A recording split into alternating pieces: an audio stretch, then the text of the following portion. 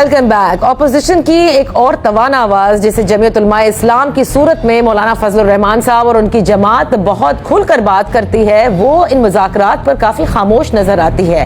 اس کی کیا وجوہات ہیں، اس پر بات کرتے ہیں۔ ان فوکس ہیں جے یو آئی سے سینئر رہنما حافظ حمداللہ صاحب۔ بے حد شکریہ فار جوائننگ اس۔ حمداللہ صاحب، کیا وجہ ہے؟ بعض گشت تو مذاکرات کی ہے، تحریک تحفظ آئین پاکستان کا آپ حصہ بھی نہیں، اور میں یہی جاننا چاہتی ہوں کہ آپ اس فیور میں نہیں کہ مذاکرات ہوں حکومت اور تحریک تحفظ آئین پاکستان کے درمیان نیشنل ایشوز پر، یا آپ کو اعتماد نہیں کہ اصل جو مسائل ہیں اس پہ کوئی خاطر خواہ نہ بات ہوگی نہ نتائج نکلیں گے؟ بسم اللہ الرحمن الرحیم۔ دیکھیں نادیہ، اگر سچی بات پوچھیے تو بنیادی طور پر تو اصول یہ ہے کہ سیاست نام ہے مفاہمت کا اور مذاکرات کا۔ واقعی سیاست میں گفت و شنید، ایک دوسرے کے ساتھ بات اور بات کرنے کے دروازے بھی کھلے ہونی چاہیے، لیکن اب جو دونوں فریقین کے طرف سے، خواہ اپوزیشن کی تحریک تحفظ آئین کی طرف سے مذاکرات کی بات جب ہوئی، آپ کو شاید یاد ہوگا کہ قومی کنونشن کی جو اعلامیہ جاری کیا گیا اس میں ایک بات مذاکرات کی گئی کہ ہم مذاکرات چاہتے ہیں۔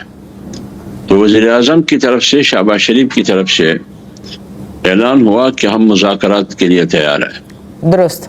تو جب دونوں طرف سے مذاکرات کی بات ہوئی تو بیچ میں آپ کو یاد ہوگا کہ عمران خان کی بہن علیمہ خان نے کہا کہ ہم مذاکرات نہیں کریں گے جی، اور قومی کنونشن نے مذاکرات کے لیے ایک شرط یہ لگائی کہ جب تک عمران خان سے ملاقات نہیں ہوگی، ملاقات کی اجازت نہیں ملے گی، اس وقت تک ہم مذاکرات کے لیے کیسے آگے بڑھیں گے، مذاکرات کس طرح کریں گے۔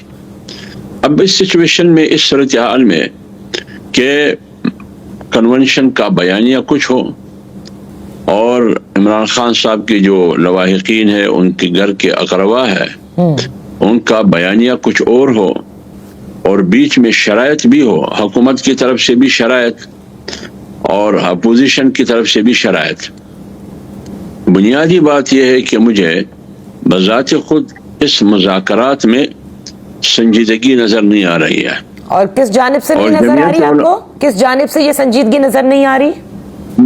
مجھے دونوں طرف سے، کیونکہ جب مذاکرات شرائط کی بنیاد پر ہو تو وہ مذاکرات ممکن نہیں ہے۔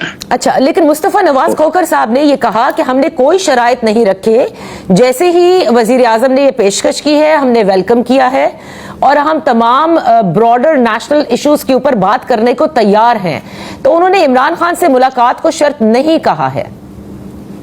چلے مان لیا شرائط نہیں ہے، کوئی شرائط نہیں ہے، تو اب قومی کنونشن تقریباً 22 اور 23 کو یا 21 اور 22 کو قومی کنونشن دو روزہ اس کا انعقاد ہوا، اس کا اعلامیہ بھی جاری ہوا۔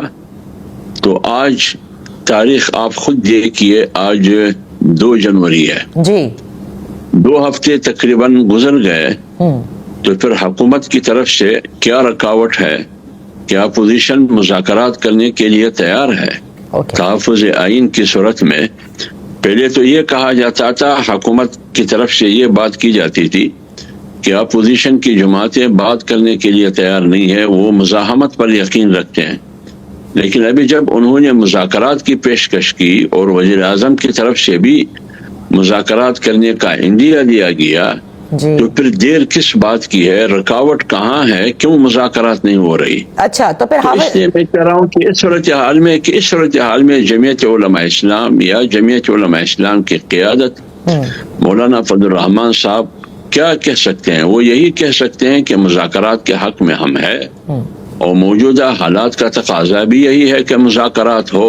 ٹھیک ہے، تو جب تقاضا ہے، تو فریقین کی ذمہ داری ہے کہ کس نے کس کے ساتھ کرنی ہے اور کب کرنی ہے، یہ فیصلہ تو انہوں نے کرنا ہے۔ لیکن حافظ حمداللہ صاحب، جب آپ لوگ کہتے ہیں کہ مذاکرات، حالات بھی تقاضا کرتے ہیں کہ مذاکرات ہونے چاہیے، تو آپ لوگ کیوں نہیں شامل ہو رہے؟ میں نے کہا نا کہ اپوزیشن کی ایک توانا آواز ہے مولانا صاحب۔ دیکھیے نادیہ، بات یہ ہے کہ ایک تو جمعیت علماء اسلام کا موقف یہ ہے کہ جو تحفظات، جو خدشات جمعیت علماء اسلام کی ہے وہ بنیادی طور پر ہے 8 فروری کی الیکشن سے، کہ 8 فروری 2024 کو جو الیکشن ہوا وہ الیکشن صاف اور شفاف الیکشن نہیں تھا، ٹھیک، بلکہ وہ الیکشن کے نام پر اکشن اور نیلام تھا۔ حکومت کے سامنے ابتدائی مرحلے میں مولانا صاحب نے PMLN کی وفد آیا مولانا صاحب کے پاس، شہباز شریف صاحب اس وقت شاید وزیر اعظم تھے یا نہیں تھے، وہ آئے تھے، میاں نواز شریف صاحب آئے، پیپلز پارٹی والے آئے، کسی نے بھی مولانا صاحب کی تحفظات اور خدشات کا اطمینان بخش جواب نہیں دیا۔ ٹھیک، میرے سامنے ایک بڑی پارٹی کی ایک ممبر نے، جو وہ الیکشن میں کھڑے تھے اور الیکشن ہار چکے تھے، انہوں نے اپنے ساتھیوں کو کہا کہ مولانا صاحب کی تحفظات، ان کی سوالات، ان کی خدشات حقیقت پر مبنی ہے اور یقیناً اس کا جواب ہمارے پاس نہیں ہے، نہ یہ ہم کر سکتے ہیں۔